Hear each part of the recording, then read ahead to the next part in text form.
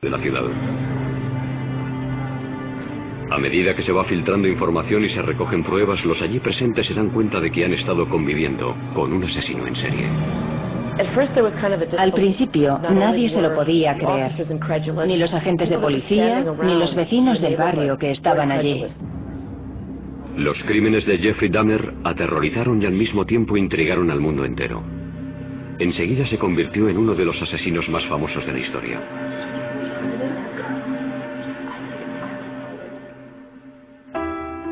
El hijo primogénito de Joyce y Lionel Dahmer nació en Milwaukee, Wisconsin, el 21 de mayo de 1960, poco antes de que se cumpliera su primer aniversario de boda. Lo bautizaron como Jeffrey. El día que nació Jeff fue un día muy feliz. Durante un par de meses todo era nuevo, distinto. Disfrutaba mucho y estaba feliz pensando en el futuro. Mientras su padre terminaba los estudios de química, Jeff se convirtió en un niño inteligente y cariñoso. Era un niño muy vital. Le gustaba luchar, correr y hacer gracias delante de la cámara. Le gustaba jugar y estar rodeado de otros niños. Era muy extrovertido. Jeff también era un niño tremendamente curioso. Le gustaba jugar con las cosas, tocarlas y estudiar su textura. Parecía que estaba en sintonía con su entorno. Simplemente quería saberlo todo sobre lo que le rodeaba. Pronto empezaron a fascinarle los animales. Una vez, cuando Jeff tenía 4 años, vio cómo su padre recogía los huesos de varios pequeños animales que habían muerto debajo de la casa. Los saqué y los eché en un cubo de metal para luego tirarlos todos juntos, y al dar contra el fondo, hacían un ruido frío. Jeff cogió unos pocos y los echó también al cubo. Viéndolo así, parece que fue algo macabro, oscuro y siniestro. Pero he de admitir que no era más que curiosidad infantil.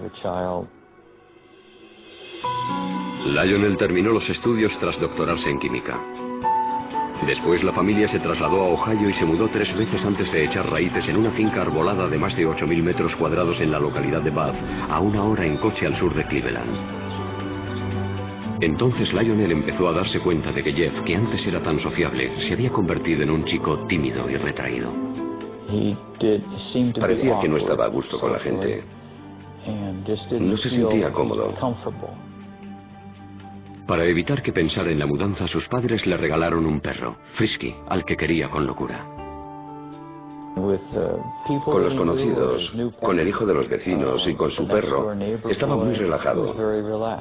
Pero en aquel entonces nos preocupaba que fuera tan tímido y que tuviera cierto complejo de inferioridad. El matrimonio pensó que su hijo necesitaba sentirse importante en la familia, así que le dejó elegir el nombre de su segundo hijo. Jeff le puso David. Lionel también le animaba a participar en actividades en las que se tuviera que relacionar con otros niños. Lo que intentábamos era aficionar a Jeff a distintas actividades, con la idea de que esa afición lo llevara a relacionarse con otras personas, a que interactuara de forma casi forzada. Los fines de semana, padre e hijo trabajaban en el huerto y criaban ovejas para competir con ellas en las ferias de una agrupación juvenil. Para conmemorar sus días de hortelanos, el joven Jeff le regaló a su padre una tarjeta que había hecho con un poema. En la parte de delante hay una foto mía comiéndome una mazorca de maíz y después Jeff puso una frase. Las cidras y las calabazas jamás se podrán comparar a un padre de pelo rizado tan fenomenal. Dice, poema de Jeff, te quiero muchísimo. Cuando Jeff tenía 10 años ingresaron a su madre porque tenía ansiedad. A partir de entonces el matrimonio de sus padres empezó a desmoronarse. Durante la adolescencia continuó sintiendo la misma fascinación hacia los pequeños animales, pero entonces empezó a interesarle cómo eran por dentro. Conozco una historia de la infancia de Dahmer. Fue a pescar con algunos amiguitos de Bath, Ohio. Todos los niños pescaron algo y cuando Jeffrey vio su pez, lo dejó en el embarcadero y lo abrió en canal. Y se quedó fascinado cuando vio lo que había dentro. Por otro lado, coleccionaba animales que encontraba muertos en la carretera. Cogía una bolsa de basura y se recorría las carreteras de campo de Ohio en busca de cadáveres. Jeff llevaba el animal que había encontrado al patio de su casa y allí, escondido entre los árboles, lo diseccionaba. Ahora estoy convencido de que aquello fue el principio de la espiral que lo llevó a hacer lo que hizo. Empezó en la pubertad, cuando tienes las hormonas a flor de piel. Se dedicaba a investigar cómo eran los animales por dentro, al mismo tiempo que se estaba desarrollando su sexualidad. Cuando era un adolescente, Jeff descubrió que solo le atraían sexualmente los hombres. Pero las fantasías en las que tenía relaciones con ellos se mezclaban con otras en las que los asesinaba y descuartizaba. Creo que tenía 14 o 15 años cuando empecé a pensar de forma obsesiva en la violencia mezclada con el sexo. Cada vez era peor. No sabía cómo contárselo a alguien, así que me lo guardé para mí. Una de sus fantasías consistía en tumbarse al lado de un hombre inconsciente. Un día, por primera vez, Jeff decidió convertir una de sus fantasías en realidad. Trazó un plan. Dejaría inconsciente a un vecino que salía a correr dándole con un bate y se tumbaría a su lado. Sin embargo, el día que salió a esperar a su víctima, el vecino no pasó por allí. Jamás volvió a intentarlo. Cuando Jeff estudiaba en el instituto, sus fantasías sexuales lo tenían traumatizado. Para olvidarlas, empezó a beber. Por la mañana, de camino a clase, paraba en casa de un amigo y se llenaba un vaso de algún licor. Recuerdo que me sentaba a su lado a primera hora. Creo que era la clase de historia. Y llevaba un vaso desechable lleno de whisky escocés. Me acuerdo que le pregunté, Jeff, ¿qué es eso? Echó la cabeza para atrás, se lo bebió de un trago y me dijo, un medicamento. Sin embargo, estaba claro que se estaba emborrachando a las 8 de la mañana. Mientras, en casa, el matrimonio de sus padres se desmoronaba. Cuando las discusiones subían de tono, se escondía entre los árboles del patio y les daba los troncos con algún palo. Salía de mi casa y me iba al bosque. Allí refunfuñaba y me lamentaba. No entendía por qué su relación era tan mala. Era un joven distante con pocas aficiones y ningún buen amigo, pero aún conservaba el sentido del humor. La mayoría de las veces se reía de sí mismo. Se ganó la reputación de payaso de la clase. En el instituto, cuando alguien se comportaba de forma rara o inesperada, decían que había hecho un Dahmer. De repente ibas por el pasillo y oías a alguien gritar, chillar y correr. Era Jeff Dahmer, que iba corriendo moviendo los brazos y gritando, simulacro de huracán, todos a cubierto. En una ocasión, Jeff les cobró algo de dinero a sus compañeros a cambio de montar un espectáculo en el centro comercial. Una mujer estaba regalando muestras de pipas. Jeff se comió una, luego otra y luego otra. Se comportaba como un chico muy educado, como siempre. Entonces, de repente, las empezó a escupir y a decir a voz en grito, soy alérgico, soy alérgico. Después se fue corriendo. Durante el primer año de instituto, Jeff fue de excursión a Washington, D.C. Jeff dijo, tengo una idea, vamos a ver al vicepresidente. Y todos nos echamos a reír y le contestamos, sí, claro, al vicepresidente. Jeff se fue a una cabina, y cuando volvió les dijo que dentro de 2 horas lo recibirían en el despacho del vicepresidente Walter Mondale. Les explicó que éramos estudiantes de un instituto de Ohio y que estábamos haciendo un reportaje para nuestro periódico. Les dijo que íbamos a estar una semana en Washington y que si podíamos hablar con alguien del despacho del vicepresidente. Dahmer tenía mucha labia y consiguió que lo invitaran a él y a sus compañeros al edificio Eisenhower para conocer a Mondale. En clase, Jeff era considerado un estudiante modelo. Era muy educado con los adultos, vestía muy bien y trataba con mucho respeto a los profesores. También hacía los deberes. Sacaba sobresaliente cuando quería y otras veces se saltaba las clases porque no le interesaban. Sabía ser muy educado y tenía muy buenos modales. Respondía, sí señor, no señor, a los profesores. Poco a poco perfeccionó su habilidad para engañar a los que tenían autoridad sobre él, pero con el tiempo a Jeff dejaron de interesarle las notas y el instituto. Nadie sabía qué se le pasaba por la cabeza, porque no se abría a nadie. No tenía buenos amigos. Y a medida que íbamos pasando de curso, iba dejando a un lado la vida social. En ese instituto cercano a Bath, Ohio, Jeffrey se convirtió en un alcohólico y un marginado. Era objeto de burla del resto de los alumnos. Creo que no conectaba con nadie, que no tenía ningún amigo de verdad. Si no tienes ningún amigo, acabas guardándote muchas cosas y desarrollando muchas fantasías. El siguiente paso es pensar que alguna de esas fantasías puede ser real. Y Jeff ya estaba listo para dar ese paso. Justo después de terminar el instituto mató a su primera víctima. El verano de 1978 empezó para Jeffrey Dahmer con la ceremonia de graduación del instituto. A partir de ahí fue de mal en peor. Sus padres, tras años de terribles discusiones, se divorciaron. El padre de Jeffrey, Lionel, se marchó a vivir a un motel cercano a la casa familiar. Sin que Lionel lo supiera, la madre de Jeff cogió a David, su hijo menor, y se trasladó a Wisconsin. Jeffrey se quedó solo en casa intentando superar la ruptura de sus padres. A Jeff le hizo mucho daño que sus padres se divorciaran. No quería que sus compañeros de clase se enteraran, porque le daba vergüenza. Jeffrey Dahmer tenía 18 años, y como la mayoría de los adolescentes tenía fantasías sexuales. El problema era que en sus fantasías Jeffrey mataba a su amante. Estaba solo en una casa aislada, así que ahora tenía la oportunidad de llevar a cabo esas fantasías.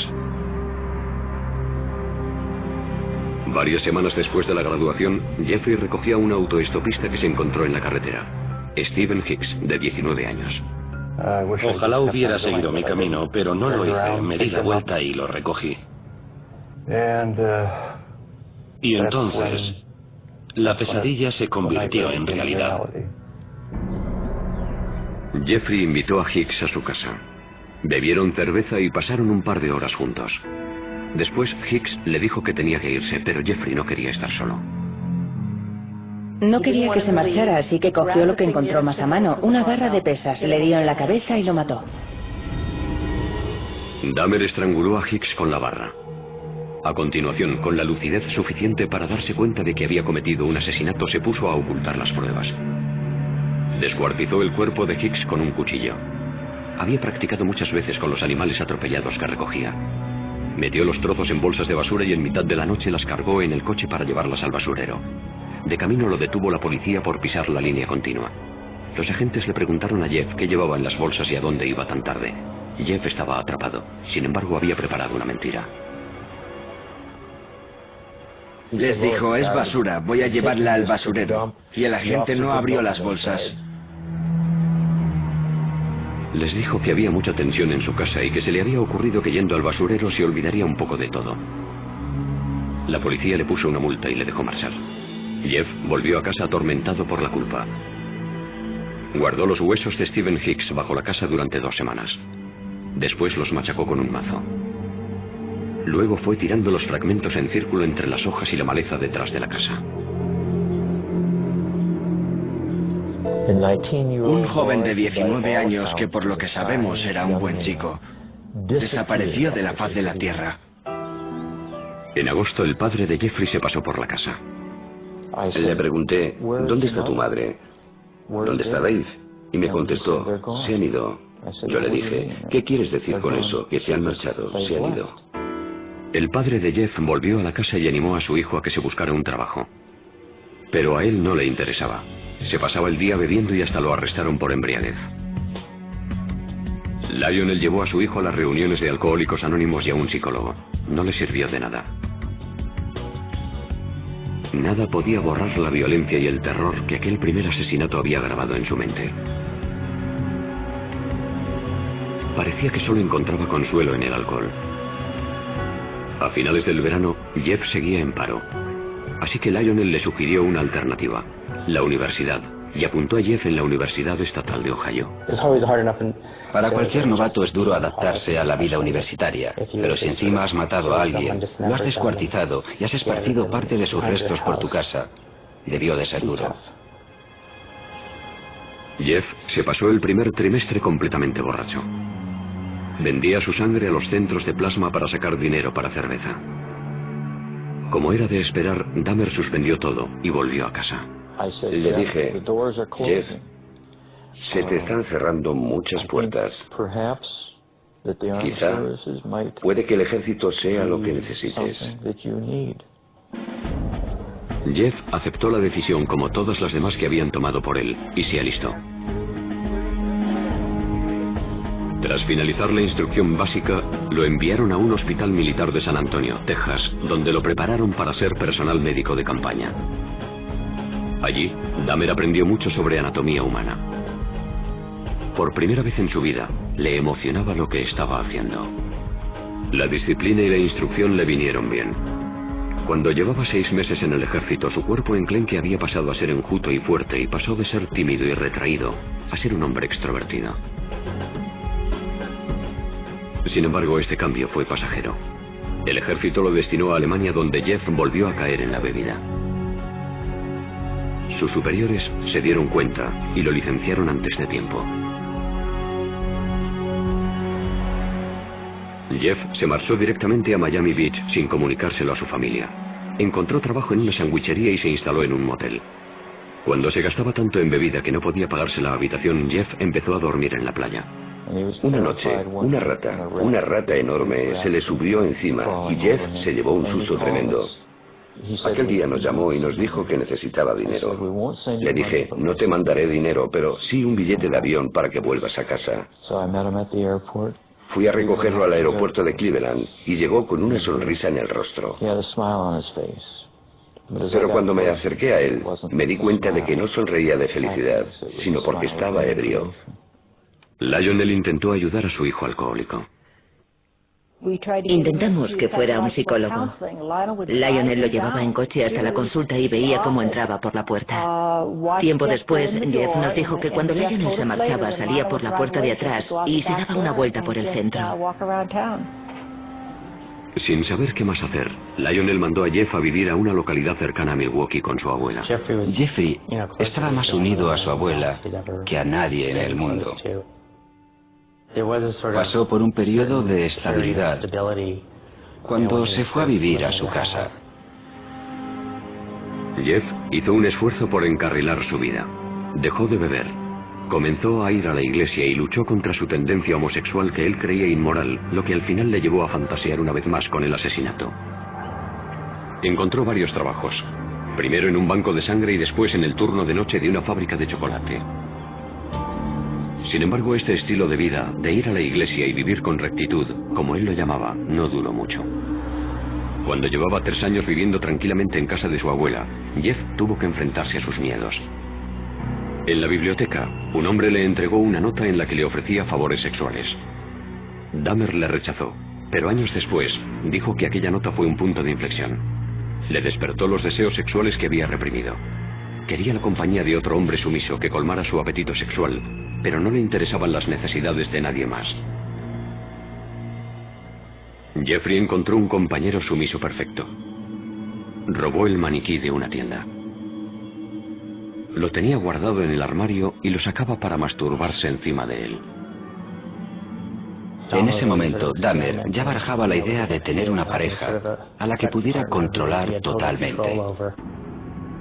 Su abuela lo encontró y le insistió para que lo tirara. Las noches que libraba, Jeff se dedicaba a conocer el ambiente gay de Milwaukee. Curioseaba en los sex shops e iba a las saunas. Las saunas eran perfectas para aquellos hombres que buscaban relaciones sexuales anónimas. Para que sus parejas fueran sumisas, Jeffrey les echaba somníferos en la bebida. Lo único que le estimulaba y le excitaba de verdad era que su pareja no tuviera voluntad. Cuando se quedaban inconscientes, se tumbaba a su lado y escuchaba los sonidos que emitía su cuerpo. Los latidos del corazón, el estómago. Sin embargo, aquellas experiencias se terminaron de repente cuando un hombre sufrió una sobredosis y estuvo una semana ingresado. Le pidieron a Jeff que no volviera por allí. Pronto descubrió los bares y discotecas de ambiente de Milwaukee que se convirtieron en el coto de caza favorito del asesino.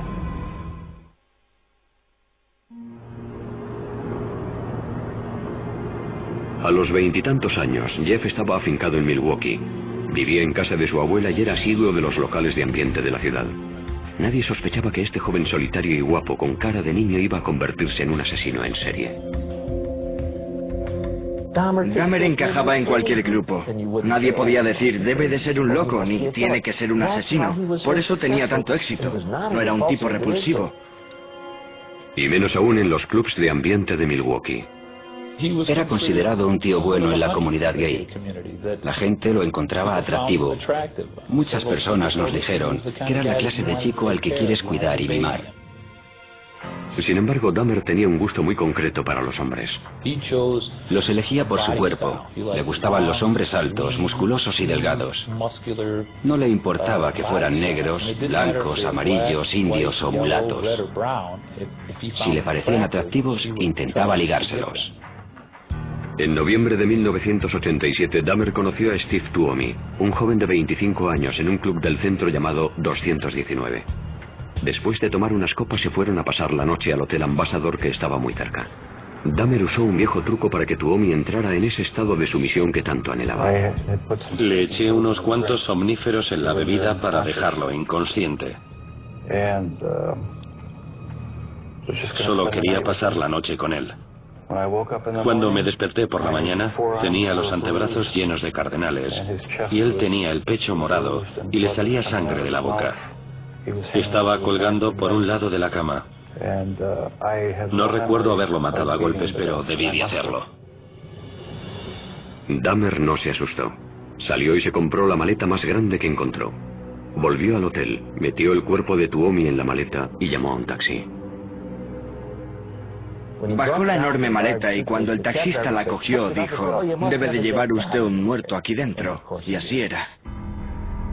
Dahmer volvió a casa de su abuela y descuartizó a Tuomi en el sótano. A partir de entonces di rienda suelta a mi obsesión. Decidió que tras haber matado a una segunda persona, no volvería a intentar controlar sus deseos, que permitiría que controlaran sus actos por completo, que cedería ante ellos. Después de aquello dedicó su vida a complacer ese deseo sexual tan grande. Dahmer volvió a los clubs con la intención de asesinar y descuartizar a los hombres que conquistara.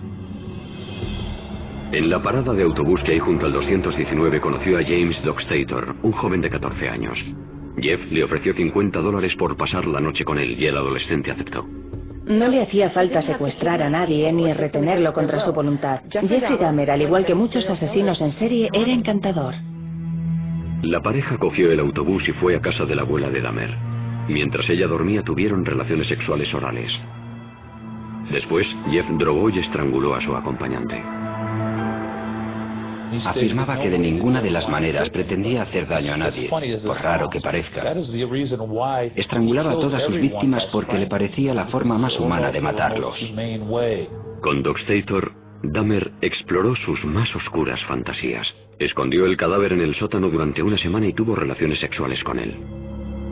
La mayoría de los asesinos en serie son desviados sexuales. El caso de Dahmer es distinto, porque era un auténtico necrófilo. Quería tener relaciones con personas inconscientes o muertas. Cuando James Dockstader empezó a descomponerse, Dahmer lo descuartizó en el sótano cerca de un sumidero que había en el suelo. 2 meses después, Dahmer conoció a Richard Guerrero, de 22 años, en un bar de Milwaukee. Siguiendo la misma rutina que en ocasiones anteriores, lo drogó y lo estranguló. Pasó unas cuantas horas con el cadáver antes de descuartizarlo y meter los restos del cuerpo en bolsas de basura para que lo recogiera el camión municipal de la basura. La abuela de Jeffrey empezó a preocuparse porque su nieto salía hasta altas horas de la madrugada y tenía un maniquí en la habitación, y porque notaba olores muy extraños en el sótano. Debe de ser perturbador vivir con alguien que piensas que te quiere y que en secreto se dedica a asesinar y descuartizar a hombres en el sótano de su casa. En el verano de 1988 le pidió que se buscara otro sitio donde vivir. Jeffrey alquiló un piso en un barrio del oeste de Milwaukee y aceleró su descenso a los infiernos. Un día se acercó a un niño de 13 años y lo convenció para que fuera a su casa. Lo acarició y el niño se asustó y se fue corriendo. Dahmer fue condenado por agresión sexual, pero los asesinatos seguían siendo su secreto. Le condenaron a 1 año de cárcel en 3er grado. Podía salir a trabajar en la fábrica de chocolate, pero tenía que pasar las noches en la cárcel. 10 días antes de que se hiciera efectiva la sentencia, Dahmer actuó de nuevo. Conoció a Anthony Sears en la Cache, un club de ambiente, y lo mató. Momificó la cabeza y los genitales de Sears y los guardó en la taquilla de su trabajo. Lionel Dahmer seguía preocupado por lo mucho que bebía su hijo.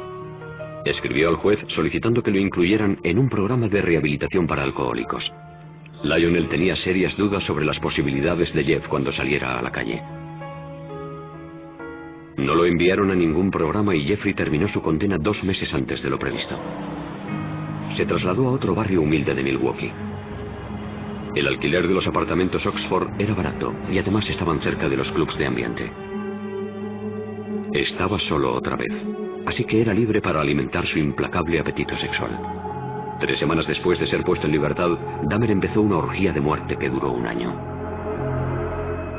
Elegía a algunas personas porque nadie las iba a echar de menos o porque llevaban un estilo de vida muy loco.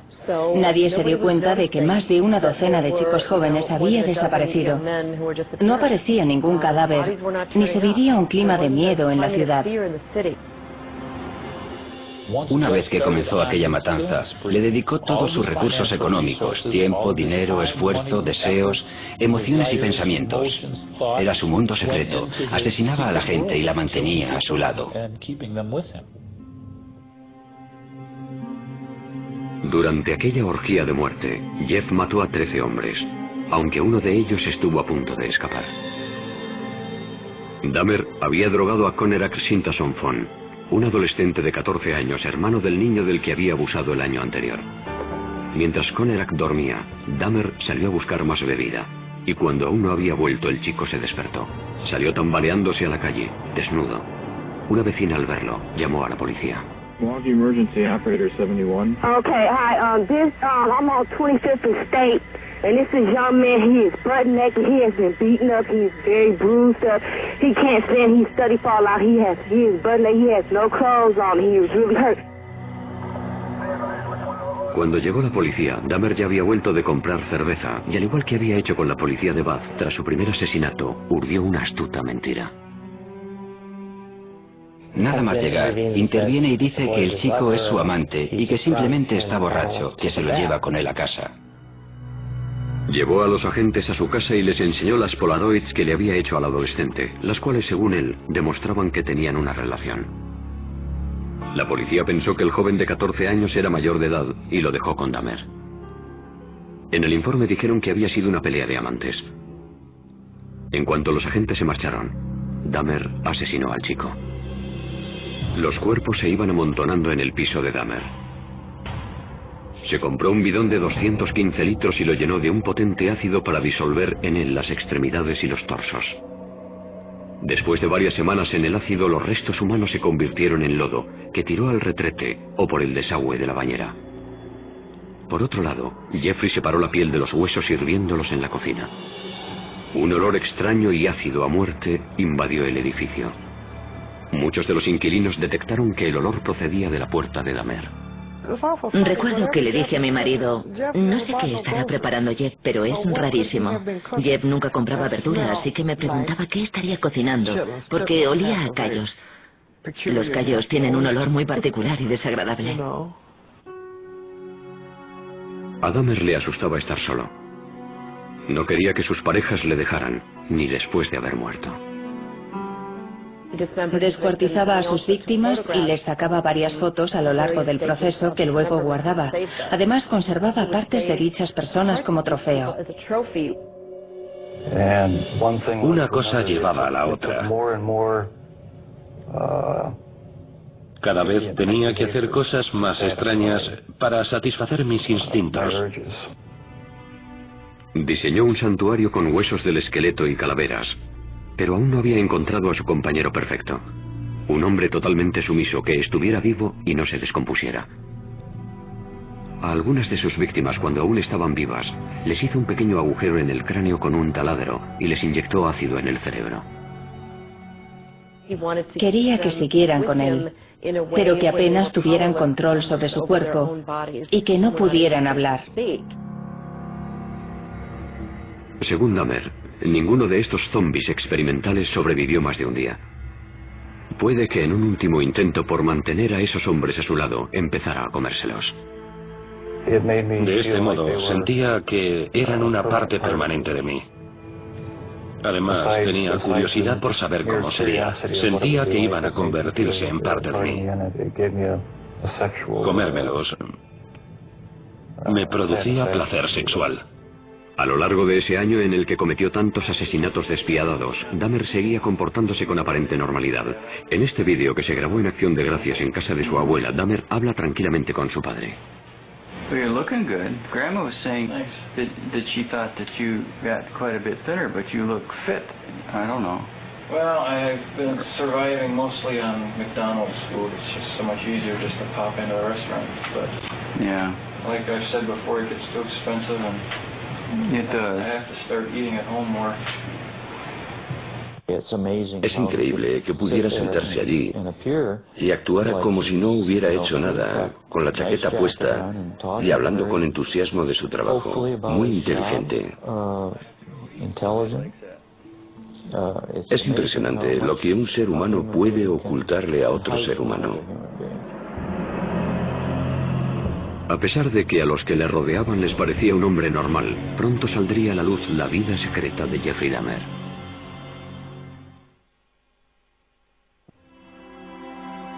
En julio de 1991, la ciudad de Milwaukee descubrió entre sus vecinos a un asesino en serie, el joven de 31 años, Jeffrey Dahmer.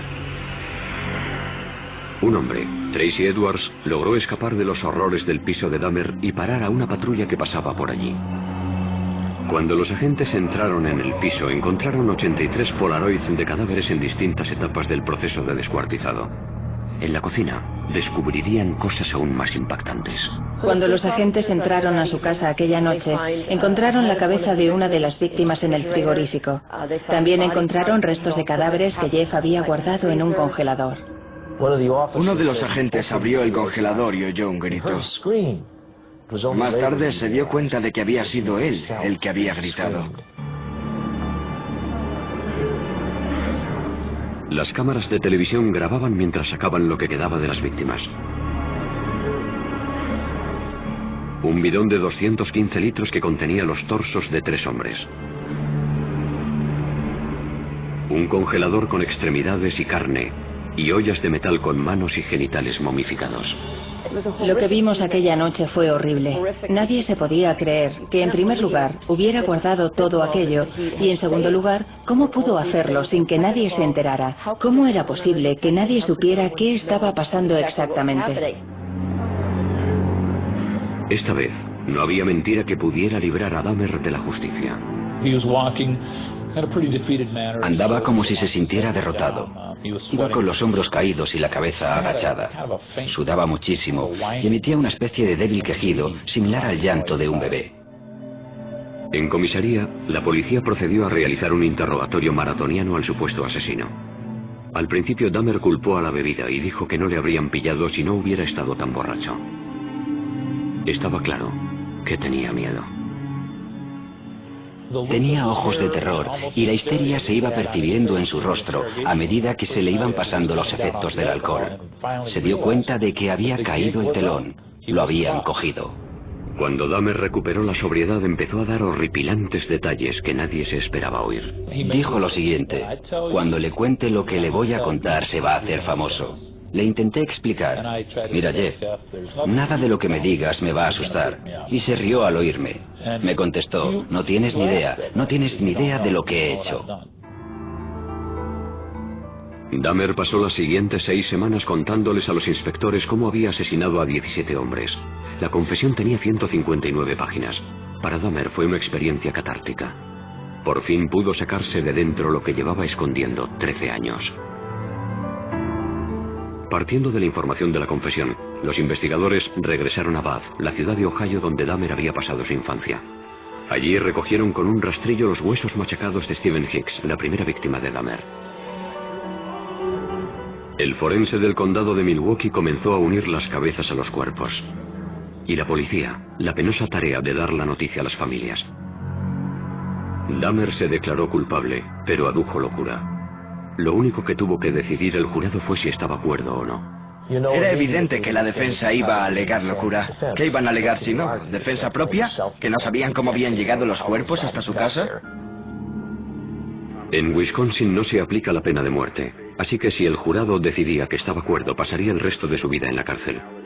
Si decidía que estaba loco, lo encerrarían en una institución para enfermos mentales. Ni siquiera el propio Dahmer comprendía por qué disfrutaba tanto matando. Jeffrey pensaba que era tan malo que era el propio demonio. Sabía que le sucedía algo malo, aunque no sabía qué. Sin embargo, nunca se había definido como un loco. El hombre que entró en la sala de aquel juzgado de Milwaukee en enero de 1992 parecía completamente normal. Hasta que el inspector Dennis Murphy leyó su confesión. He related this was a person he really liked. He indicated that he had filleted his heart and kept it in the freezer, and he also kept his bicep. He indicated that he had eaten the thigh muscle of this subject, but it was so tough he could hardly chew it. He then purchased a meat tenderizer and used it on the bicep. El padre de Dahmer, Lionel, estaba sentado en la sala al lado de su segunda esposa, Shari, sin poder dar crédito a lo que estaba oyendo. Nadie nos preparó para el golpe, ni nos advirtió de los detalles que íbamos a escuchar. ¿Cómo era posible? ¿Cómo era posible que no me hubiera enterado de nada? A pesar de lo horrendos que eran los crímenes de Dahmer, el país estaba fascinado. Fue increíble la fascinación que despertó. Recuerdo que un sábado me quedé impresionada porque allí al lado se celebraba también la feria del automóvil y había familias enteras que cogían la bolsa que les daban en la feria y hacían cola para pasar por los detectores de metal. Querían entrar a ver al asesino en serie. La naturaleza de los delitos que había cometido Dahmer parecía una prueba irrefutable de su locura. Como si no se podía explicar que un hombre tuviera relaciones sexuales con cadáveres, que los descuartizara y se los comiera, y todo para obtener placer sexual. Sin embargo, la definición legal de locura es muy estricta. Los abogados de Dahmer tenían que demostrar dos cosas: que padecía una enfermedad mental y que dicha enfermedad le impedía diferenciar el bien del mal. La necrofilia, una obsesión que te obliga a tener relaciones con cadáveres, se considera una disfunción sexual. Pero no quiere decir que el sujeto que la padece esté legalmente loco. Adujo que el impulso necrofílico era tan grande que no podía controlarlo. Pero en Estados Unidos eso no se considera un eximente, del mismo modo que no lo es el impulso pedófilo que lleva a un hombre a abusar de los niños. El jurado votó, 10 contra 2, que Jeffrey Dahmer estaba legalmente cuerdo. Algunos parientes de las víctimas de Dahmer asistían al juicio en silencio. Otros lloraban. Antes de dictar sentencia, el juez les permitió hablar ante el tribunal.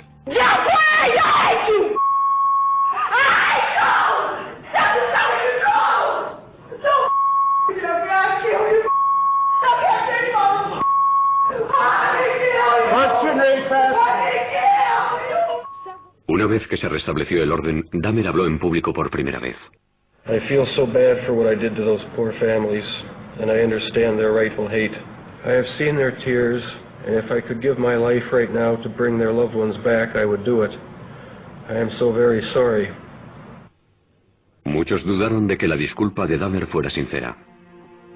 Se preguntaban si un hombre que había matado con tanta frialdad tenía conciencia o era capaz de sentir remordimientos.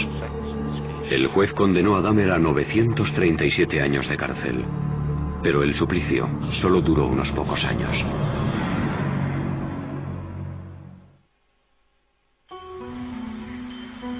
El penal Columbia, situado en Portage, Wisconsin, se convirtió en el nuevo hogar de Jeffrey Dahmer.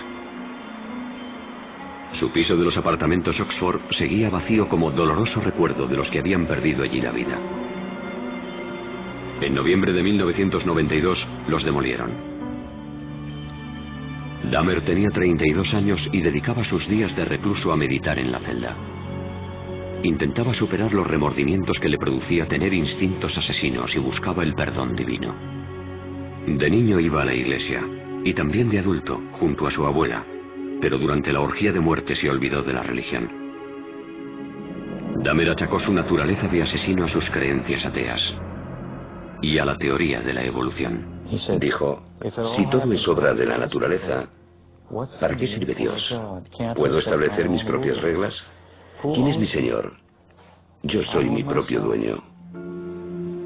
Sin embargo, Jeffrey vivía en una contradicción porque siempre creyó que la culpa de todo era del diablo, que se había apoderado de su alma.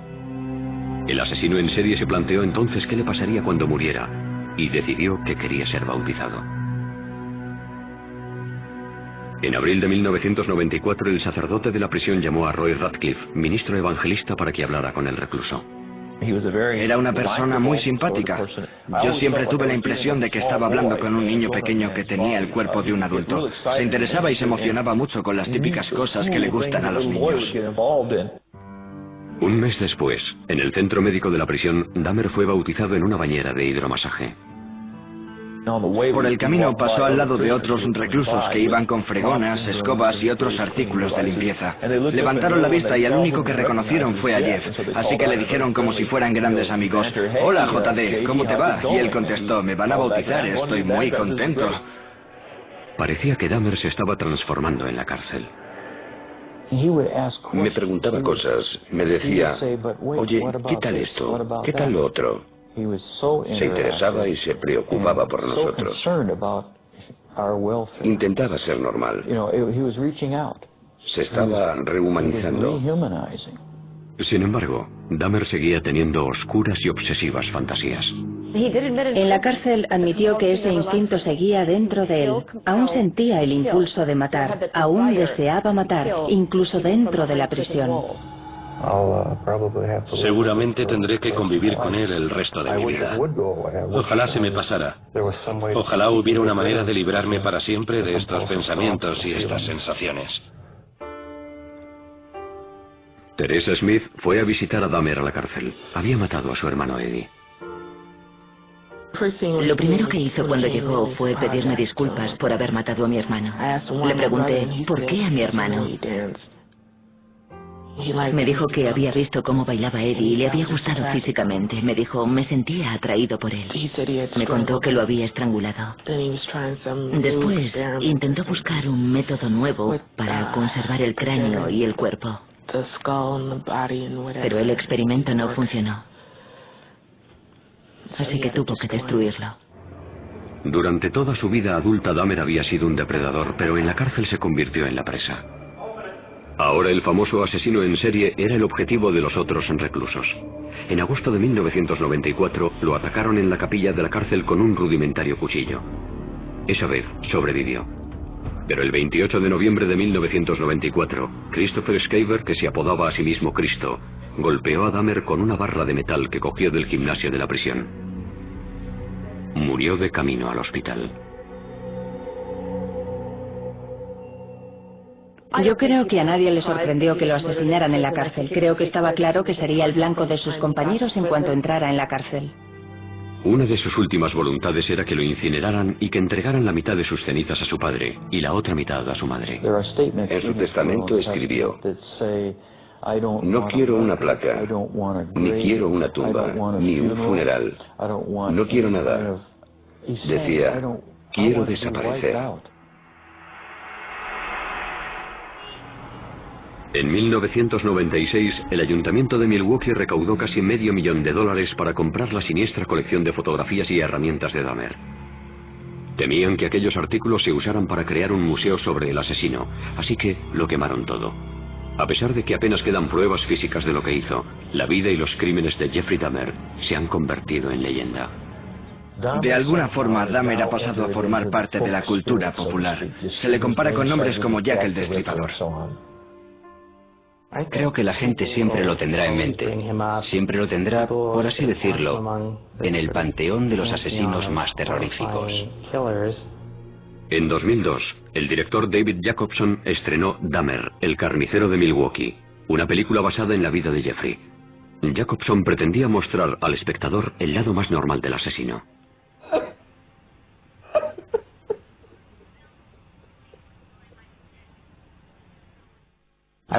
Quería mostrar su lado humano, lo que todos llevamos en nuestro interior. Quería acercarlo a todos nosotros, lo cual puede incomodarnos, pero creo que es muy interesante que el público vea la historia desde ese punto de vista. Los crímenes de Jeffrey Dahmer impactaron al mundo, pero los motivos que le llevaron a cometerlos es lo que continúa fascinándonos. Es un misterio entre los misterios. Un misterio que nunca se resolverá. Aunque siguiera vivo, no creo que fuera posible averiguar qué sentía. Solo tendríamos hipótesis. Eso es lo que le parece más inquietante a la opinión pública. Queremos saber quiénes son estas personas. Nos gustaría ser capaces de identificarlos, de reconocerlos cuando vayan por la calle, pero no sabemos quiénes son. Eso es lo que aprendimos de Jeffrey Dahmer, que nunca se sabe.